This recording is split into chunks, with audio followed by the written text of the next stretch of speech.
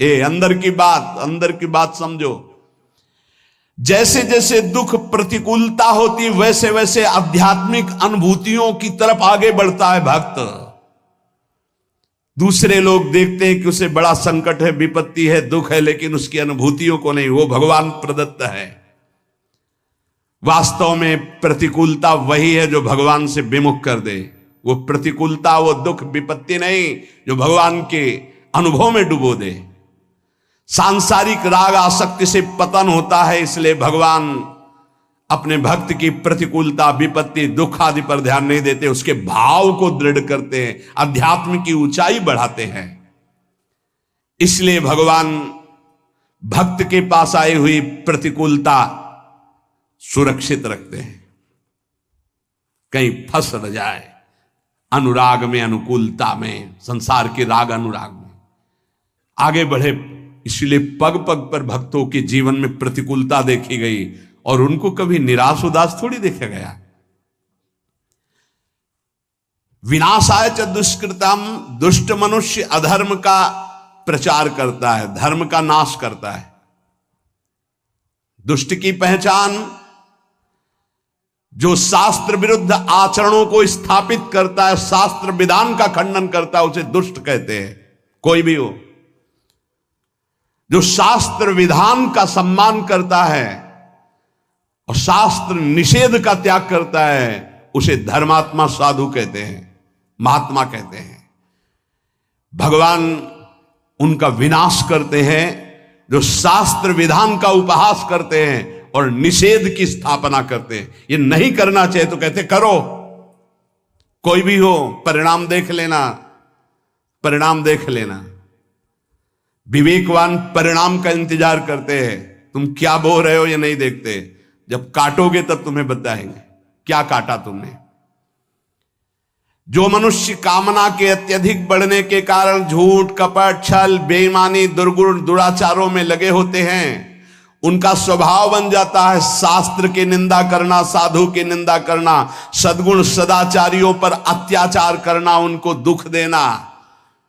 भगवान कहते हैं ऐसों का विनाश मैं स्वयं करता हूं, तिनकर काल रूप में भ्राता, उनके लिए मैं काल दंड बन जाता हूं।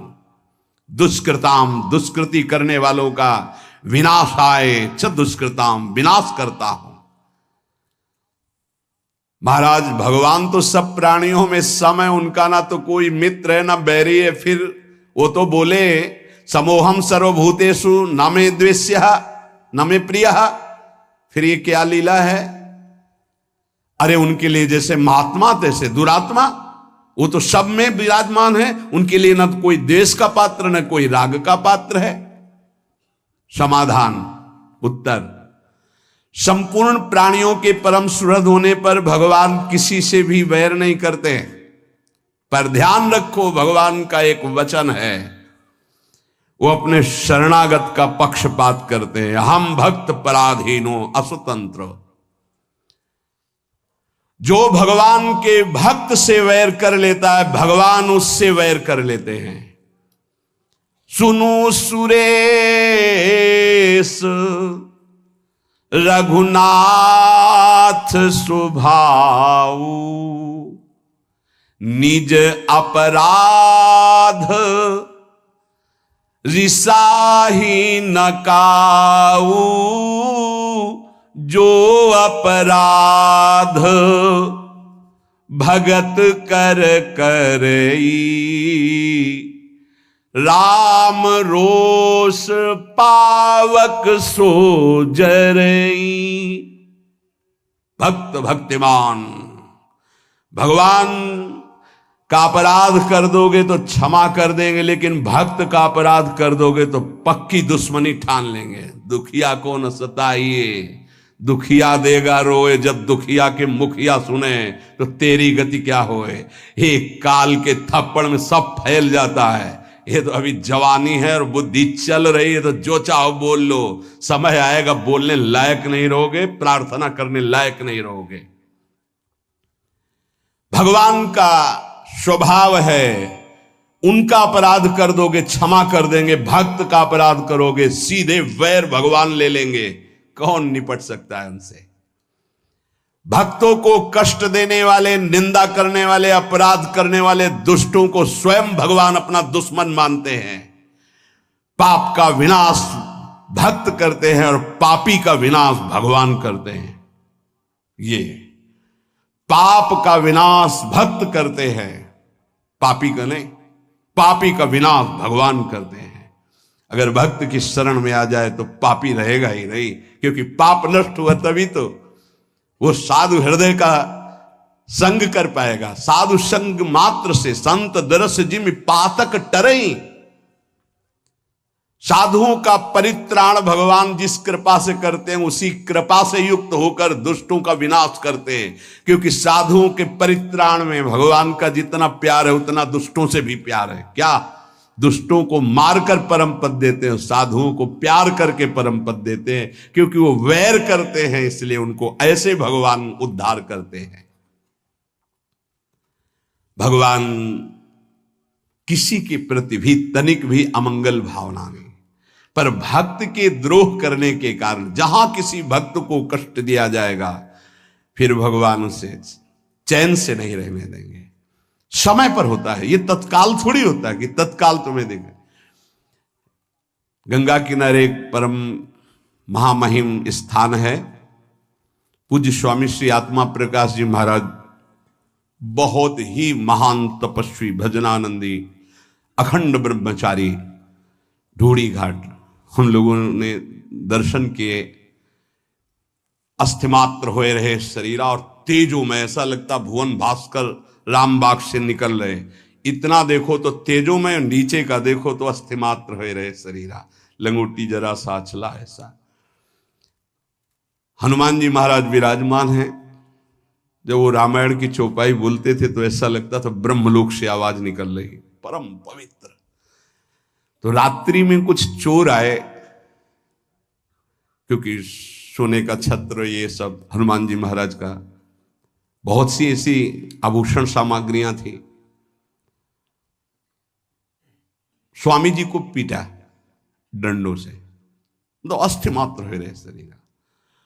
बड़े बड़े कानपुर के अधिकारी जन प्राण समर्पित करने वाले थे, बहुत उनका प्रभाव था। जैसे उस उनका व्यवहार गांव की भाषा थी, उरे कलेक्टर, ऐसी बात, उरे कलेक्टर, रोड बन जाएगा, करे ये वाला बन जाएगा, हाँ सरकार बन, ये बनवा दे, ऐसे गांव की बात, बिल्कुल सरल स्वभाव, न मन को टिलाई, परमहंस।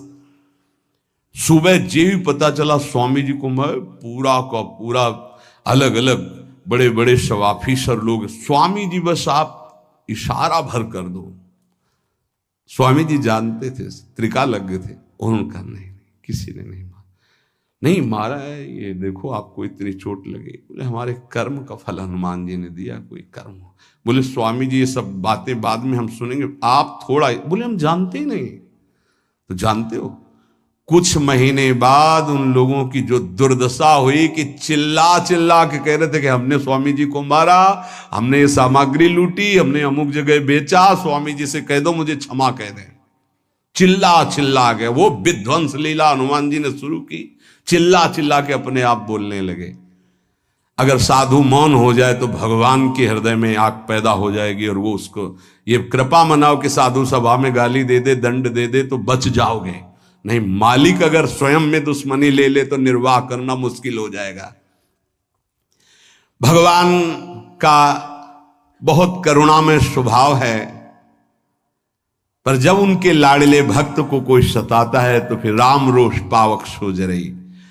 धर्म संस्थापनार्थाय संभवामि युगे युगे। भगवान धर्म की स्थापना, भगवान धर्म को साक्षात धर्म स्वरूप है। इसीलिए अगर चैन से रहना, शांति प्राप्त करना है, मंगल मोद सुख प्राप्त करना, धर्म का मार्ग खोजो। धर्म किसे कहते हैं, उसके अनुसार चलो, परम धर्म का मार्ग स्वीकार करो। धर्म का आश्रय लेना ही भगवान का उद्देश्य है। संस्थापना करने के लिए भगवान आचार्य गुरुदेव के रूप में प्रकाशित करते हैं। जब उसकी हानि होती है तब पुनः प्रकट होते हैं, विनाश लीला करते हैं, फिर धर्म स्थापना करते हैं। संभवाम युगे युगे, आवश्यकता पड़ने पर प्रत्येक युग में कई बार अवतार ले लेते हैं। एक युग में जितनी बार जरूरत पड़ती उतनी बार, कभी कारक पुरुषों के रूप में, कभी संत महात्माओं के हृदय के रूप में। किसी भी संत के हृदय में बैठ गए, भारी प्रकाश, भारी प्रचार, वो भगवान कर रहे हैं। भगवान कभी नैमित्तिक अवतार, कभी अंश अवतार, कभी कला अवतार, विविध अवतारों के रूप में, लेकिन संत महात्माओं का यह नित्य अवतार है। भगवान तो सर्व समर्थ हैं, फिर संतों की रक्षा करना, दुष्टों का विनाश करना, धर्म की स्थापना करना, इसके लिए अवतार लेने की क्या जरूरत है? एक संकल्प से अनंत ब्रह्मांड प्रकट हुए, तुम दुष्टों का विनाश संकल्प से ही कर देते ना। समाधान, भगवान अवतार के बिना ये सब कुछ एक क्षण में पलक झपकते कर सकते हैं, लेकिन जिन भक्तों ने आकांक्षा की कि यार बनकर हमारे साथ खेलें, कांत बनकर हमारे साथ खेलें, लाला बनकर हमारे आंगन में घुटनों के बल चले, इसकी पूर्ति संकल्प से नहीं होगी। इसके लिए तो अवतार लेना पड़ेगा। विशेष कृपा करने के लिए, अपने भक्तों को सुख पहुंचाने के लिए भावानुसार भगवान अवतार धारण करते हैं। अवतार काल में भगवान का दर्शन होता है, स्पर्श होता है, वार्तालाप होती है, और जो भगवान लीलाएं करते हैं उनको जो गाता है, श्रवण करता है, चिंतन करता है, उपदेश करता है, आचरण में लाता है, वो सब भगवान को प्राप्त हो जाते हैं। सदा सबका उद्धार करने के लिए भगवान का अवतार होता है, भक्तों को सुख पहुंचाने के लिए उद्धार होता है, दुष्टों को परम पद प्रदान करने के लिए भगवान का अवतार होता है। भगवान के लिए कोई कर्तव्य नहीं है, उन्हें कुछ पाना नहीं है, वो केवल अपने भक्तों के आवाहन पर अवतरित होते हैं। श्री भगवान कहते हैं, हे अर्जुन, यदा यदा हि धर्मस्य ग्लानिर्भवति भारत, अभ्युत्थानमधर्मस्य तदात्मानं सृजाम्यहम्। हे भरतवंशी अर्जुन, जब जब धर्म की हानि और अधर्म की वृद्धि होती है, तब तब मैं अपने आप को साकार रूप में प्रकाशित करता हूं। वैसे मैं सर्वत्र व्याप्त हूं। यदा यदा हि धर्मस्य, धर्म की हानि और अधर्म की वृद्धि जब होती है तो भगवान को बेचैनी होने लगती है। भगवत प्रेमी, धर्मात्मा, सदाचारी, निरपराध, निर्बल, इन पर जब नास्तिक, पापी, दुराचारी, बलवान मनुष्य अत्याचार करते हैं, सद्गुण सदाचारों की एकदम धज्जियां उड़ जाती हैं, दुर्गुण दुराचार अत्यधिक सफल दिखाई देते हैं, वृद्धि को प्राप्त होते हैं, तब तब भगवान जब देखते हैं किसी संत, महात्मा, योगी, मुनि से अब कुछ नहीं संभलेगा, तब आप पधारते हैं। जब जब आवश्यकता पड़ती तब तब भगवान अवतार लेते हैं। एक युग में जितनी बार आवश्यकता और अवसर प्राप्त होता उतनी बार अवतार लेते हैं। जैसे समुद्र मंथन में भगवान ने कई अवतार धारण किए, उसी समय अजित रूप से देवताओं के साथ मिलकर समुद्र मंथन कर रहे हैं, कक्षप रूप से मंदराचल को नीचे धारण किए हुए, शास्त्राबाहु हजारों भुजाएं से ऊपर पकड़े हुए हैं, अमृत लेकर के धन्वंतरी रूप में प्रकट होते हैं। दैत्य लोग अमृत ले जाते हैं तो मोहिनी रूप धारण करके अमृत देवताओं को पिलाते हैं। एक ही लीला में कई अवतार धारण कर लिए। अधर्म की वृद्धि और धर्म का ह्रास होने का मुख्य कारण है नाशवान पदार्थों की ओर आकर्षण। जैसे केवल माता पुत्र पैदा नहीं कर सकती, पिता का संयोग अत्यंत आवश्यक है,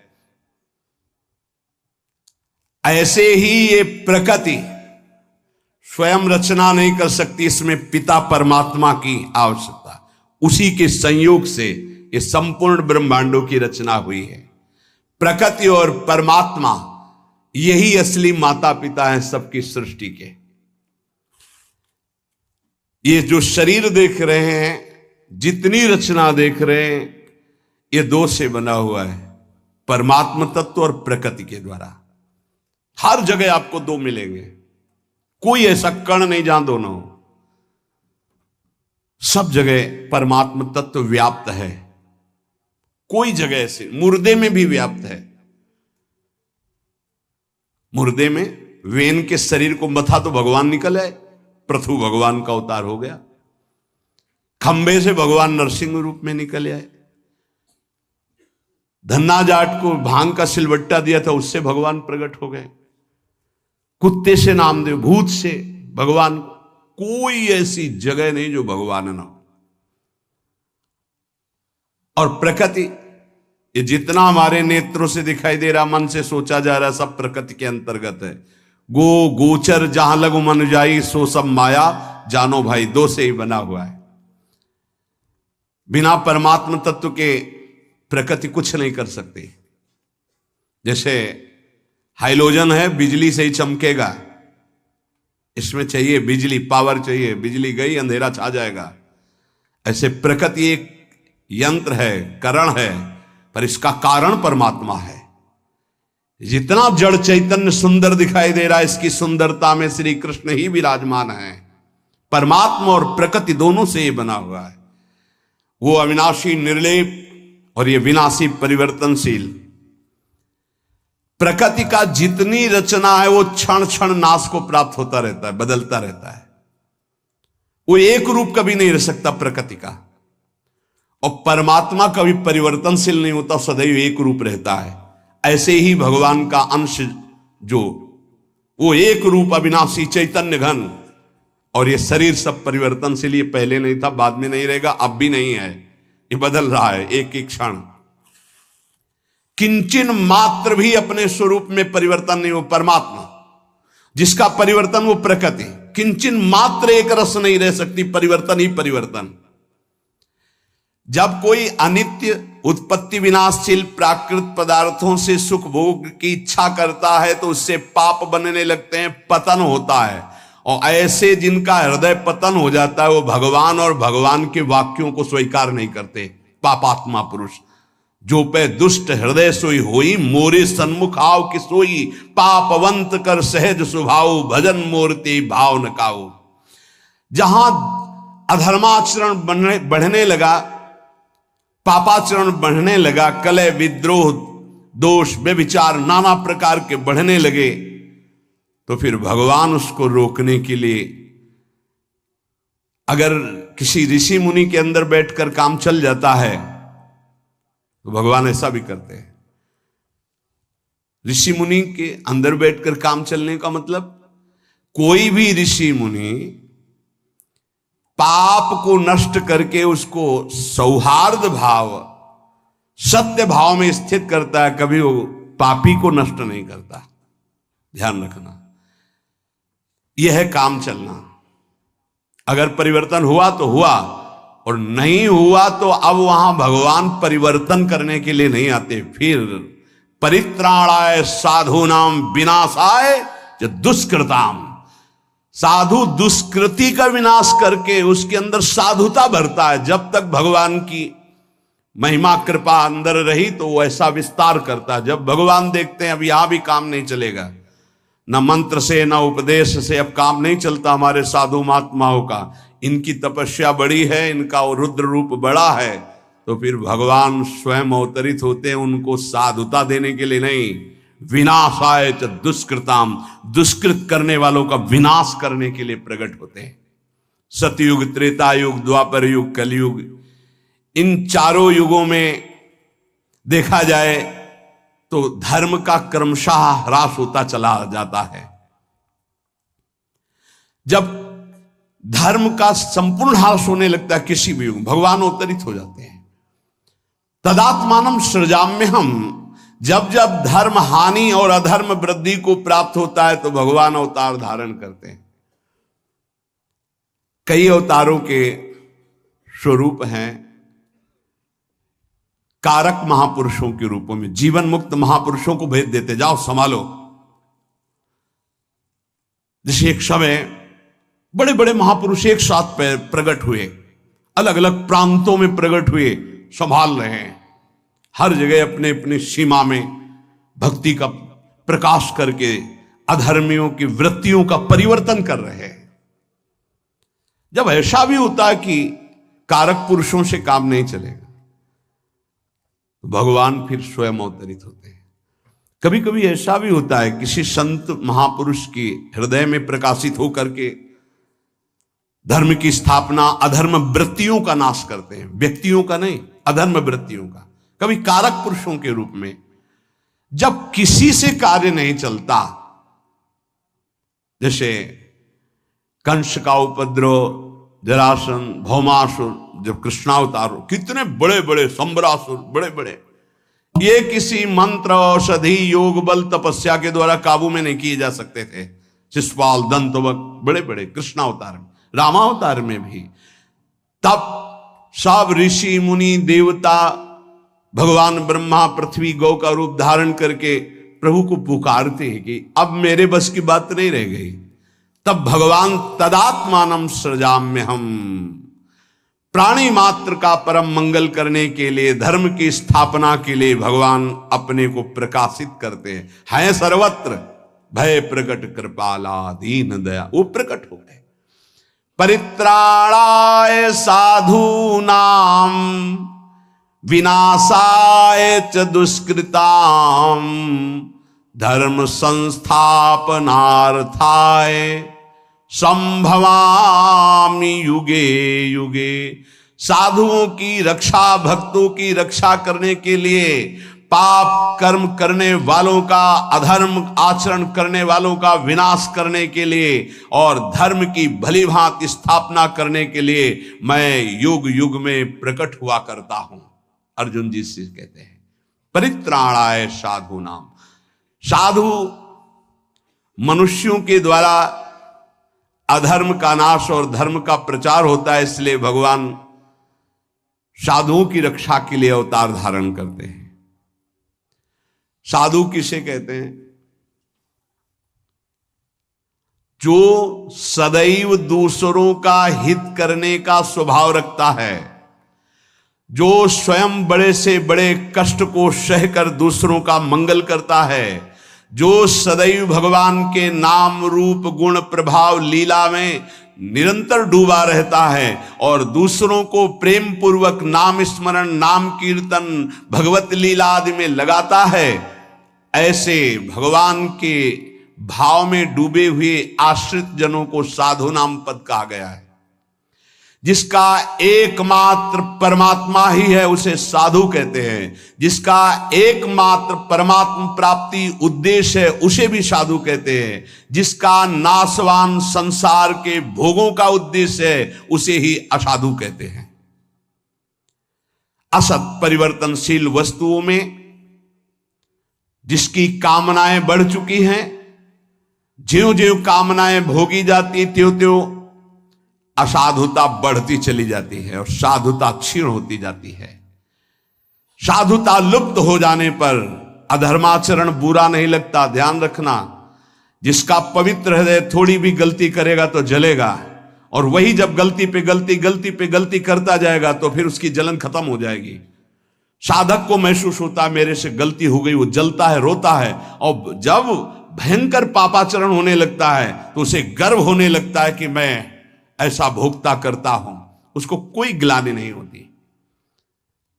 जैसे कोई कहते हैं कि हमको तो कोई ग्लानि नहीं हुई, हमारा तो कोई, क्योंकि तुम्हारा मलिन अंतःकरण हो गया। इसलिए देखो, ज्यों ज्यों भोगों में वृत्ति बढ़ती चली जाती तो पापाचरण बढ़ता है। पापाचरण बढ़ने से साधुता लुप्त होती है।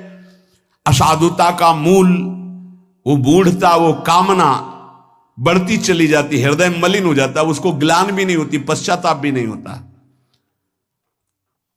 साधु पुरुष पशु पक्षी वृक्ष मनुष्य देवता पितर सबका हित, सबका आनंद, सबका सुख चाहते हैं, वही साधु होते हैं। यदि सच्ची बात तुम संतों के मन के भाव को जान जाओगे तो उनके चरणों को पकड़ लोगे। ये विपरीत दुष्ट लोग बाहर से केवल मृदु बोलते हैं, इनके अंदर केवल दूसरों को दुख देने की बात रहती है, सुख लूटने की बात रहती है। तो यहां कहते हैं कि यदि भगवान साधु पुरुषों की रक्षा किया करते हैं तो फिर संसार में साधु पुरुष दुख क्यों पाते हुए देखे जाते हैं? इसका समाधान है कि साधु वही है जो शरीर, धन, संपत्ति, मान बढ़ाई आदि की रक्षा नहीं चाहता, अपने भाव की, धर्म की रक्षा चाहता, उसे साधु कहते हैं।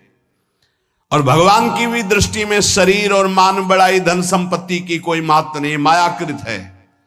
भक्ति भी नहीं चाहता और भगवान भी इसको जानते हैं, इसलिए भगवान उसके भाव को दृढ़ करते हैं, परिस्थिति को नहीं।